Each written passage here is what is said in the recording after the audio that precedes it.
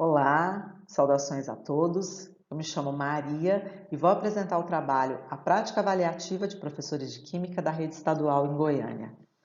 Esse trabalho teve como autores eu, Maria de Fátima Farias, e o professor Wellington Pereira de Queiroz. A compreensão que sustenta a condução desse trabalho, ela está baseada em 4 concepções de avaliação: o exame, a medida, a regulação e a emancipação. A concepção de avaliação como exame nasceu no contexto dos séculos XVI e XVII, em que a Igreja era o grupo social dominante. Ela foi forjada então no bojo das pedagogias jesuítica e comeniana, que representam o que hoje a gente chama de pedagogia tradicional. A principal função da avaliação como exame é a formação pelo disciplinamento, pela transmissão e pela repetição. Ela acontece por meio da verificação, que é colocada em prática a partir das provas e dos exames.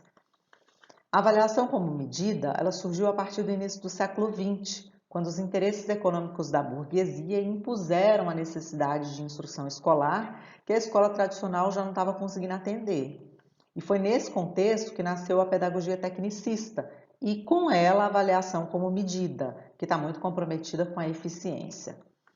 A avaliação como regulação, ela foi uma resposta à complexificação do desenvolvimento tecnológico da sociedade ali do final do século XX, que intensificou ainda mais a necessidade de instrução escolar.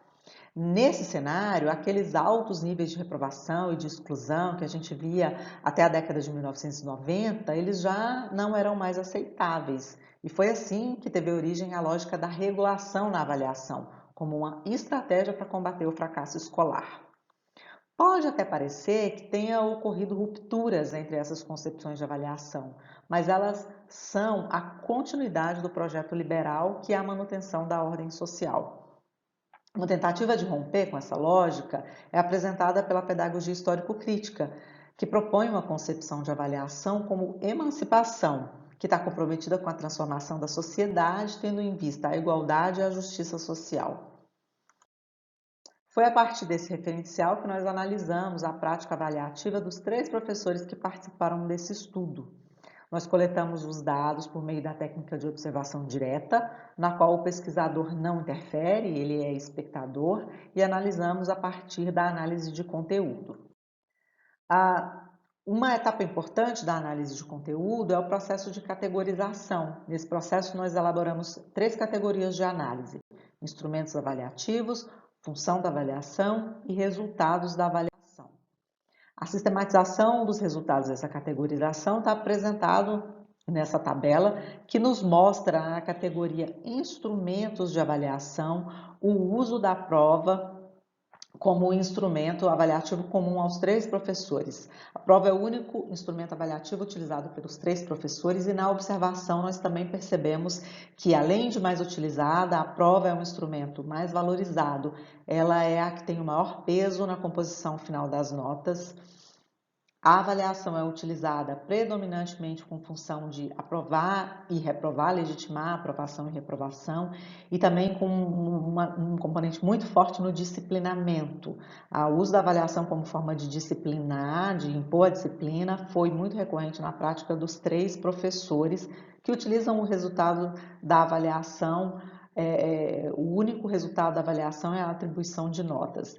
Uma exceção a isso foi observada na prática do professor 2, que em alguns momentos utilizou a avaliação com a função de promover uma revisão de conteúdos, né? Então, nesse sentido, o resultado da avaliação foi utilizado por esse professor como orientação para a revisão de conteúdos. Mas mesmo essa prática, ela não caracterizou uma avaliação emancipatória, uma avaliação de característica emancipatória ou mesmo formativa, porque isso acontecia de forma muito pontual e muito superficial.